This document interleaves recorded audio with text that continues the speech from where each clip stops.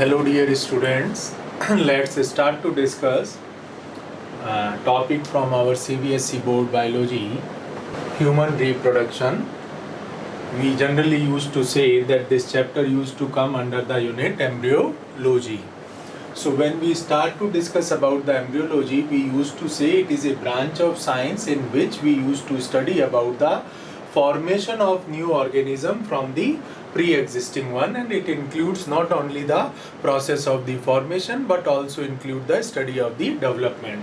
So embryology refers to the study of the formation and development of the new organism from the pre-existing one, and commonly in this unit we used to study about the sexual reproduction in plants, sexual reproduction in human, and reproductive health related with the human. So in today's class we are going to discuss about the process of reproduction in human. When we start to discuss about the process of reproduction in human, we used to say that in human the mode of reproduction is sexual mode. So in sexual mode there is an involvement of formation and fusion of gametes. Formation and fusion of gametes. Now, what exactly gametes are?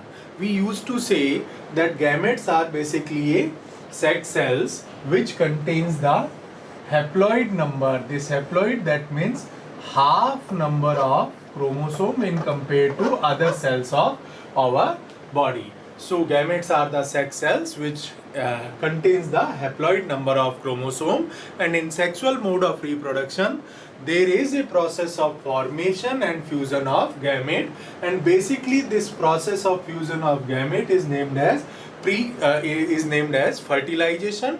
So the entire study of process of reproduction in human is divided into three phases: the events which used to take place prior to the fertilization or fusion of gamete, the event of fertilization, and the events which used to take place after the fertilization, which used to named as post-fertilization phase or event. So in today's class we are going to discuss about the unit embryology, in which we will discuss about the process of reproduction in human. We used to say embryology is a branch of science which used to deal with the study about formation of new organism along with the development of the organism from the pre-existing one. Now, in human, the mode of reproduction is sexual mode, which involves the formation and fusion of gametes, and this process of fusion of gamete is named as fertilization.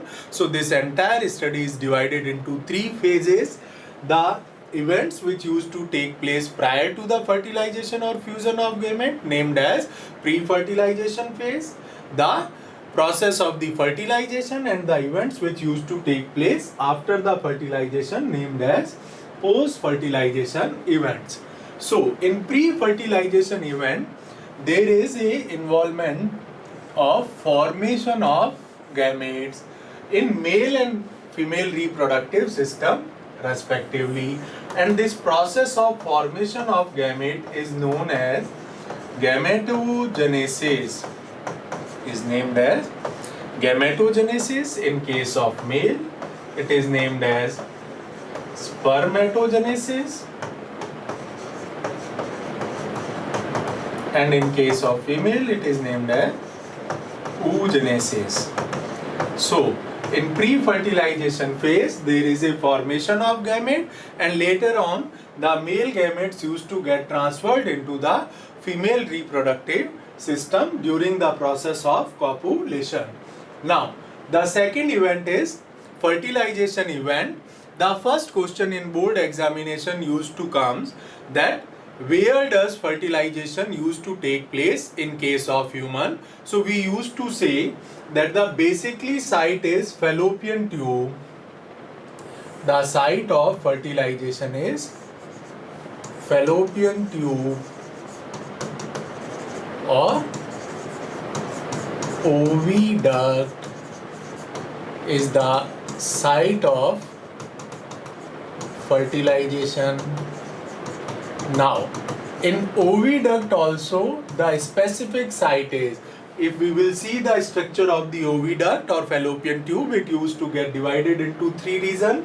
The first region is infundibulum, the second region is ampulla part, third region is isthmus, and fourth region is uterine cavity. So in case of human, the fertilization used to take place at ampulla isthmus junction of the fallopian tube or oviduct. Now this fertilization lead to the, since both the gametes are haploid in nature, but when they used to get fused together, then a new diploid cell is formed, which is named as zygote. Now this zygote is diploid, means it contains paired number of chromosome, and secondly it is totipotent cell. It is the totipotent cell of our body. Now what does this totipotent refers? Potency refers to the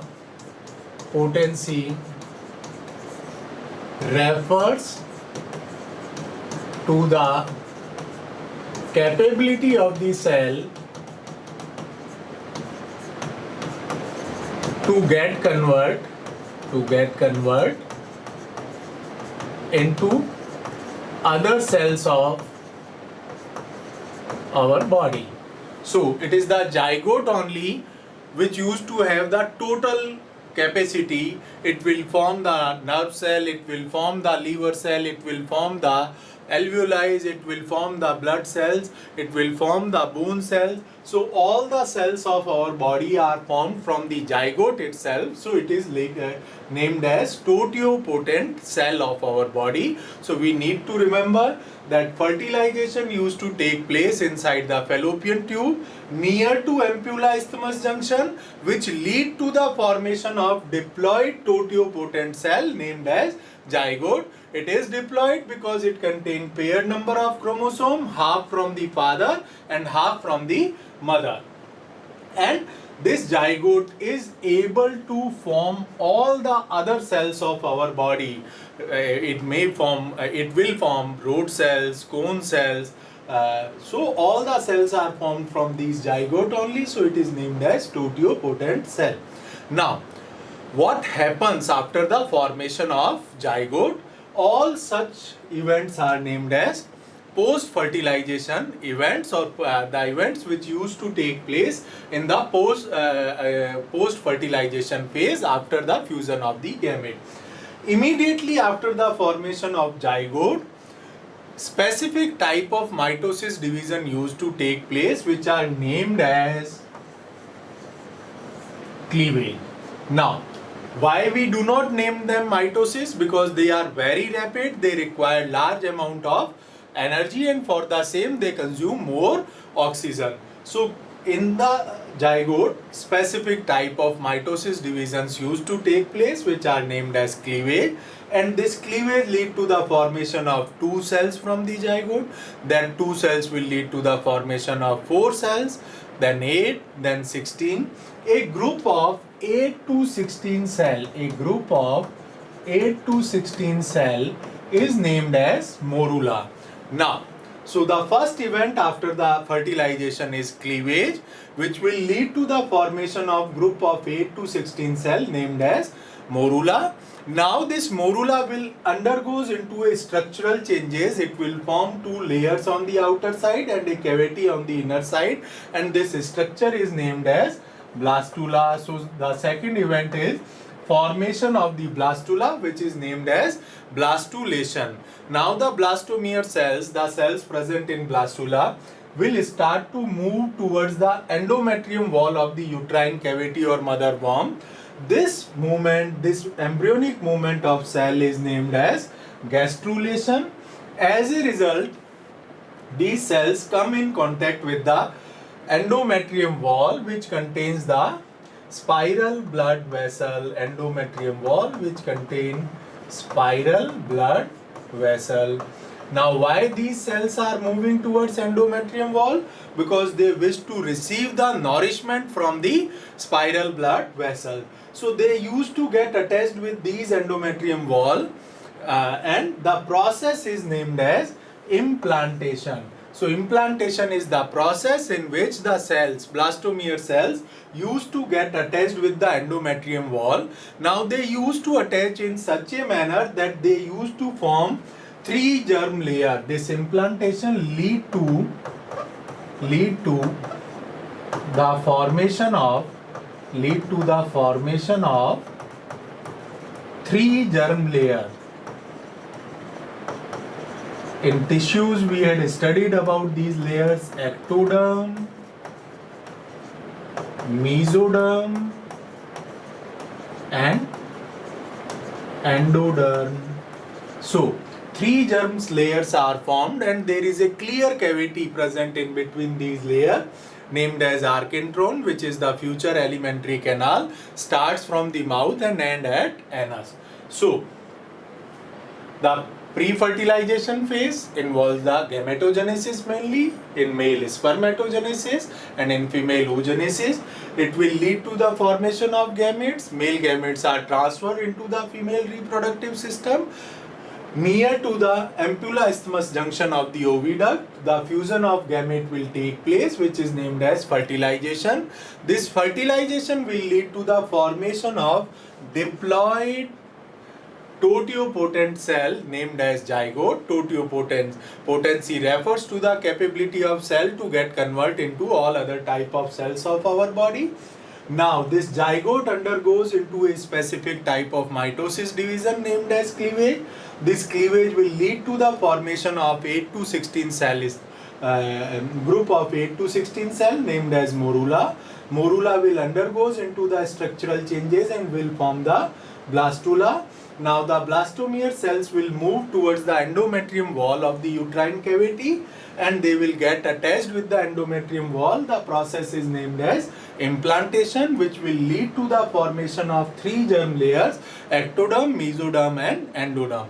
Now the cells of these 3 germ layers will start to grow their numbers and eventually they will lead to the formation of tissue, organ and organ systems, and various organ systems will form the entire organism. So these cells of ecto, meso and endoderm will lead to the formation of tissue, organ system and organism. This entire process is named as organogenesis, and once the complete organism is formed, it used to take birth by the process of parturition. So in embryological study of human, we used to study about the structure of male and female reproductive system, the process of formation of gametes in the male and female reproductive system, then the process of fertilization, and then the post-fertilization event, which include the cleavage, blastulation, gastrulation, implantation, organogenesis and parturition. This is all we are going to study in this chapter in detail. Now, in today's class, we will discuss in detail about the structure of male reproductive system.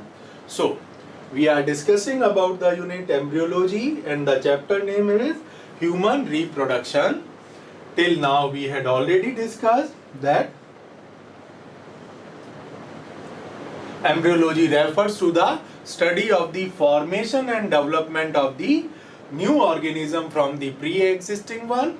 The process of reproduction in human is named as sexual reproduction. It involves the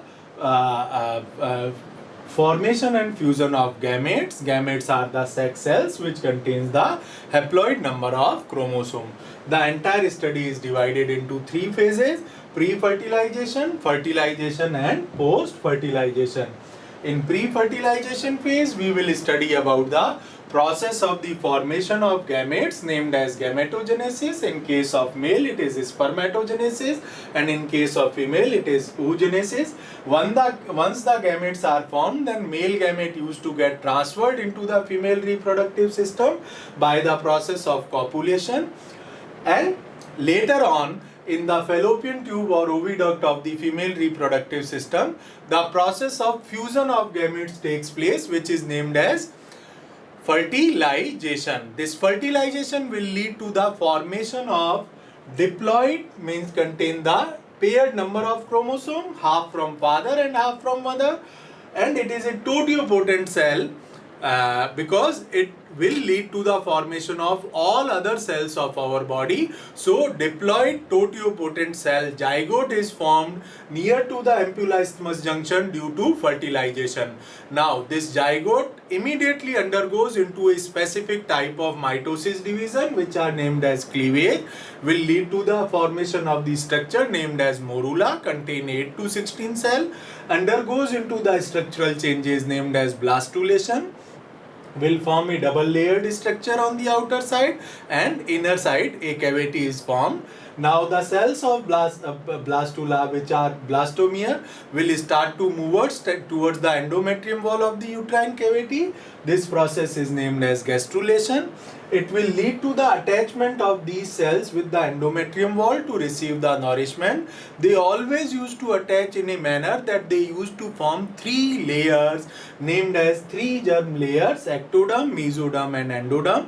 Now cells of these layers will increase their number. They will form tissue, organ systems and organism. That entire process is known as organogenesis. Once the organism is formed, it will take birth by the process of parturition. So in this chapter we will study about the structure of male and female reproductive system, hormonal regulation of male and female reproductive system, process of the formation of gametes, gametogenesis, then the fertilization, and after that post-fertilization event, which are named as cleavage, blastulation, gastrulation, implantation, organogenesis and parturition. Now, when we start to discuss about the structure of male reproductive system, we used to say it used to get divided into 3 parts: primary sex organ, secondary sex organs, or accessory or external or secondary sex characteristics. Now, the primary sex organ is the organ inside which gametes are formed. So, are the organs which used to produce the gamete. In case of male, it is testes, commonly named as gonads, and it used to produce the male gamete or sperm. Now, secondary sex organ do not produce the gamete, but they take part actively. They are essential for the process of reproduction. It includes vasa efferentia, epididymis, vasa differentia, seminal vesicle, ejaculatory duct, urethra, prostate gland, Cowper gland, and penis, which is the male copulatory organ. Now, the secondary sex characters or accessory characteristics are the characteristics which are present on the external side of our body, and on the basis of which we are able to identify the male or female. It includes the facial hairs in the form of beard and mustache, more height, broad shoulder, low pitch voice and narrow pelvis. Now, when we start to discuss about the primary sex organ or testes, we used to say that testes are located, it is a paired structure, they are located outside the abdominal cavity in a pouch-like structure named as scrotum. So testes are paired structure located outside the abdominal cavity in a pouch-like structure named as scrotum. If we will see the internal structure, 3 layers are present. This yellow color layer is tunica vaginalis, which contains the coelomic fluid. It contains coelomic fluid. The middle one, white color, is tunica albuginea. It is made up of dense connective tissue layer,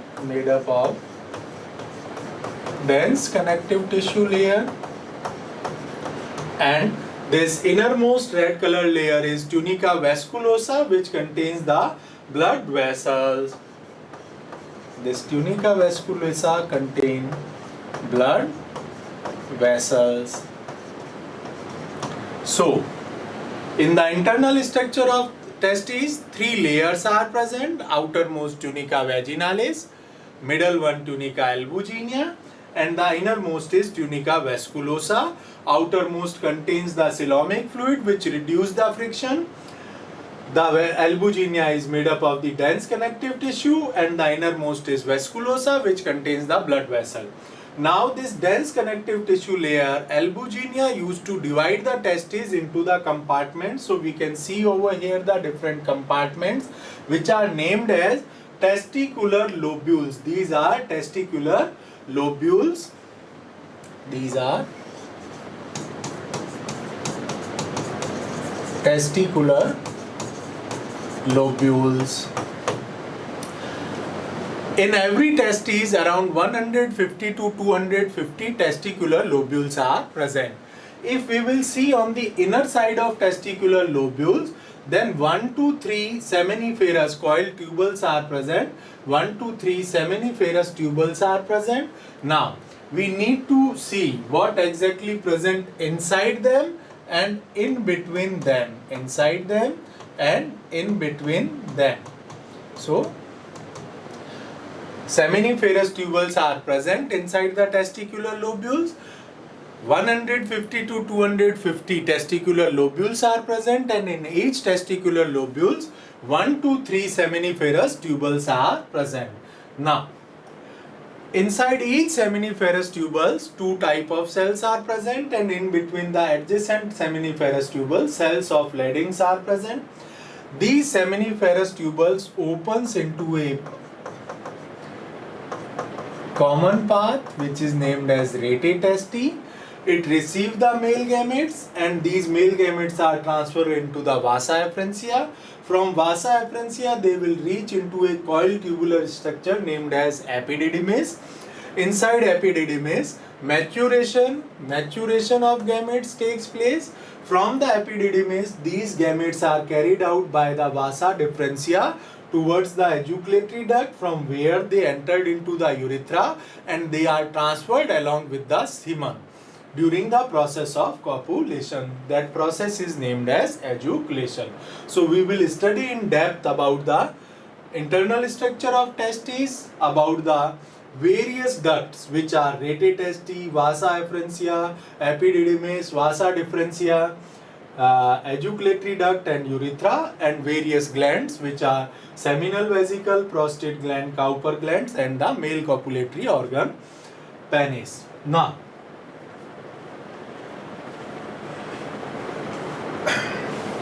as we had already discussed, that testes are the primary sex organ of the male reproductive system, and they are located outside the abdominal cavity in a pouch-like structure named as scrotum. So the question arises over here, why they are located outside the abdominal cavity?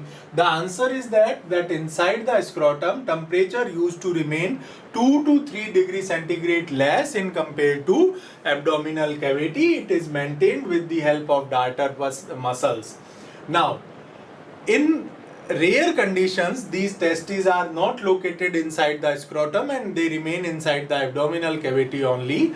That condition is known as cryptorchidism. So you need to remember it for 1 mark or 2 mark question. If testes are not descend or located inside the scrotum, then the condition is named as cryptorchidism. Cryptorchidism. Now, we had already discussed that 3 layers are present. The outermost vaginalis, which contain the coelomic fluid which reduce the friction.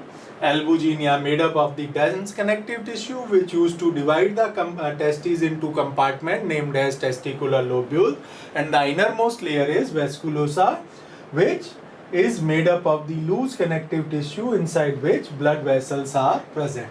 Now, if we will see the structure of the seminiferous tubules, then inside the tubule,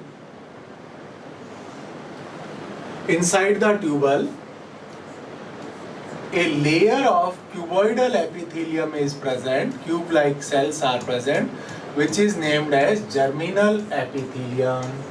A layer of cuboidal cell is present, which is named as germinal epithelium. Now this cells of the germinal epithelium undergoes into the process of spermatogenesis. Now these cells undergoes into the process of gametogenesis, which will lead to the formation of sperm. So it will form the male gametes or sperms. So gametes are present in the different stages of their development. Now near to these cells, another cell is present which is named as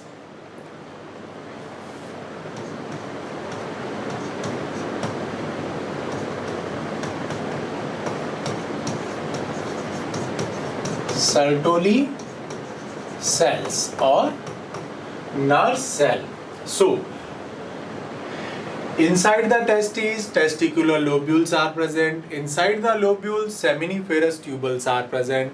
Inside the seminiferous tubule, two type of cells are present: germinal epithelium and Sertoli cells. Two type of cells are present inside the seminiferous tubules: germinal epithelium and Sertoli cell. Germinal epithelium is made up of the cuboidal epithelium. For the important question for the NEET examination, that the inner lining of the seminiferous tubule is made up of the which type of epithelium? It is germinal epithelium made up of the cuboidal cells or cuboidal epithelium. They will undergoes into the process of spermatogenesis to form the sperms. Now these cells are surrounded, these male gametes are surrounded by a specific type of cell named as Sertoli cell or nurse cell. It used to provide the nourishment. It performs the phagocytosis of defective sperm. It secretes androgen binding protein. This androgen binding protein increase the concentration of testosterone, and this testosterone regulates the development of the secondary sex organ as well as accessory characteristic, and it also used to secrete the inhibin hormone. We will discuss it later in the hormonal regulation, but it regulates the secretion of the LH and FSH hormone from the anterior pituitary lobe. Now, several times question comes in board examination of 2 marks.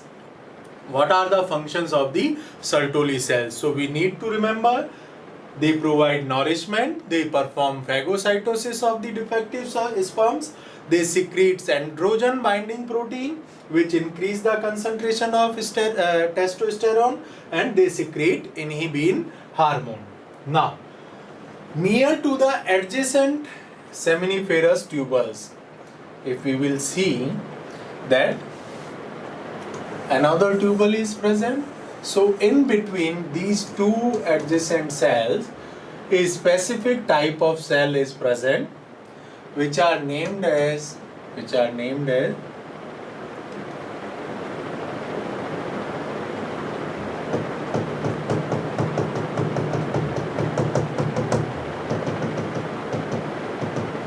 these are leading cells or interstitial cells. Inter means they are present in between. So in between the adjacent seminiferous tubules, leading cells or interstitial cells are present.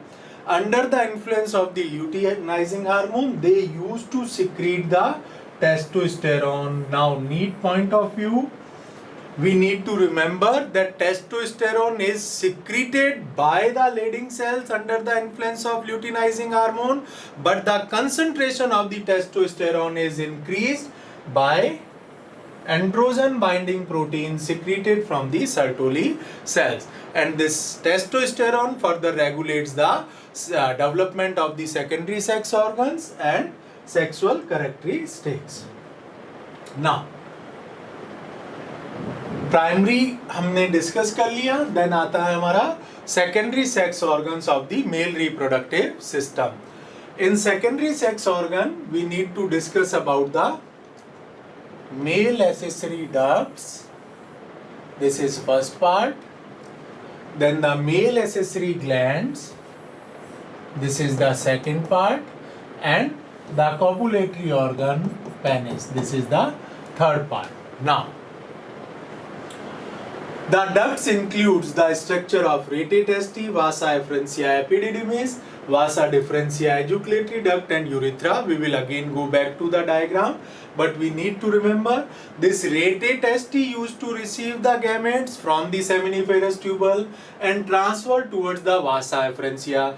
Vasa efferentia receive gametes from the rete testi and transfer them towards the epididymis. Epididymis is a coiled tubular structure present just above the testes inside the scrotum.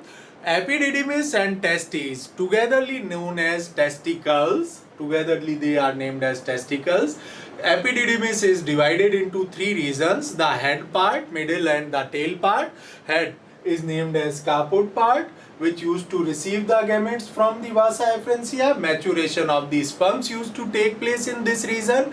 This maturation increased the fertilization capacity and the motility of the sperm. So it increases the motility and fertilizing capacity. The middle region is the corpus and the tail region is the cauda, inside which gametes are stored.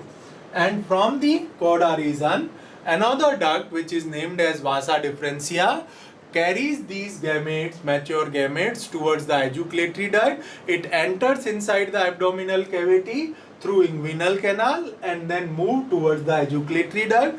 Ejaculatory duct is the common duct which receive the gametes from the differentia and secretion of the seminal vesicle and transfer it into the urethra. Now urethra, it is a tubular structure originate from the base of the bladder. Urinary bladder के just नीचे से tube like structure निकल रही है. This tubular structure perform the function of the micturition, voiding out of the urine, as well as the process of the copulation. However, ejaculation during the copulation. However, it is impossible for man to perform both functions, micturition and ejaculation, at the same time, because the opening of the urethra is guarded by two sphincters near the bladder, the external and internal sphincter. The part of the urethra which is surrounded by the prostate gland is named as prostatic part, which is not surrounded by any covering, membranous part, and surrounded by the penis is named as penile part. So we will see these ducts in the diagram again.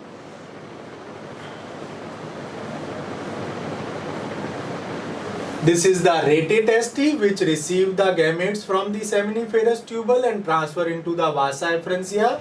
Vasa efferentia carried it into the coiled tubular structure present above the testes inside the scrotum named as epididymis, divided into three regions: head, middle and tail region. From the tail region, another tubular structure carries them towards the ejaculatory duct. It enters through inguinal canal into abdominal cavity, then move towards the ejaculatory duct. Ejaculatory duct used to receive mature gametes from differentia and secretion of the seminal vesicle and transfer into the urethra.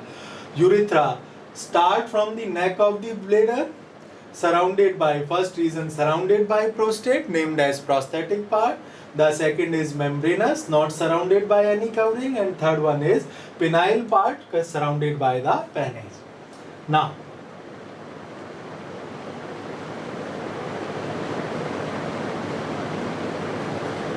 the next structure is accessory glands. The major glands are seminal vesicle, prostate gland and bulbourethral gland. These glands collectively form a alkaline fluid which is named as semen, inside which male gametes or sperms are present. The seminal vesicle used to secrete the alkaline fluid which forms 60% part of the semen, and it is enriched in fructose, prostaglandins, inositols, citrate and clotting proteins. This prostaglandin increases the contraction inside the female reproductive tract so that these gametes can reach quickly up to the site of fertilization. The prostate gland used to secrete the fluid which forms 25% volume of the semen, and this secretion is enriched in calcium, phosphate, bicarbonate enzymes, clotting enzymes and prostaglandin. Bulbourethral glands used to secrete the mucus which lubricate the penis and the inner lining of urethra. And the last structure of our male reproductive system is penis. It is named as male copulatory organ. This is made up of the 3 cylindrical layers or muscles. 2 layers are named as corpora cavernosa and one is corpora spongiosum. Now 3 layers are present. 3 cylindrical muscles are present. One is corpora spongiosum and another 2 yellow color are corpora cavernosa. On the tip only spongiosum is present, which is named as, over here only spongiosum is present, which is named as glans penis, Now it is all about the structure of male reproductive system. We also need to remember the hormonal regulation of male reproductive system, how the various activities of the male reproductive system is regulated with the help of hormone. So, the hypothalamus used to release the gonadotrophic releasing hormone. It reaches to the anterior pituitary lobe and secretes 2 hormones, follicular stimulating hormone and luteinizing hormone or interstitial cell stimulating hormone. This hormone reaches to the leading cell and secretes testosterone. This testosterone regulates development of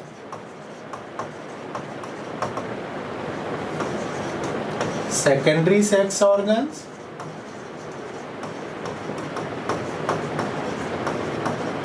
and accessory characteristics.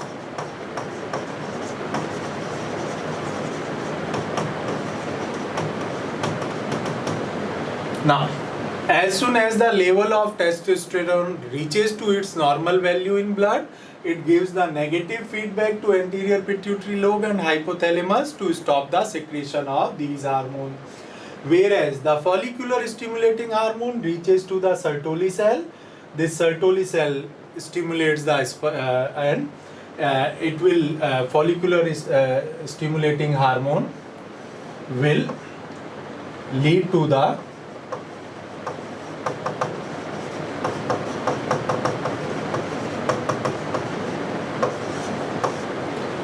initiation of the process of spermatogenesis. Now, these Sertoli cells, when used to judge that the number of the gametes are sufficient inside the seminiferous tubule, then it secretes the inhibin hormone. This inhibin gives negative feedback. Once the level of inhibin reaches to its normal value in blood, it gives negative feedback to hypothalamus and anterior pituitary to stop the secretion of gonadotropic and these hormones. So that is how the hormonal regulation is regulated in male reproductive system. It's over for today's class. In next class we will discuss about the structure of female reproductive system. So in this chapter, again we need to remember that in this chapter we need to study about the structure of male and female reproductive system, hormonal regulation and process of formation of gametes, then the fertilization, and then later on in this chapter we need to discuss about the process of cleavage, blastulation, gastrulation, implantation, organogenesis and parturition. It's over for today. Thank you.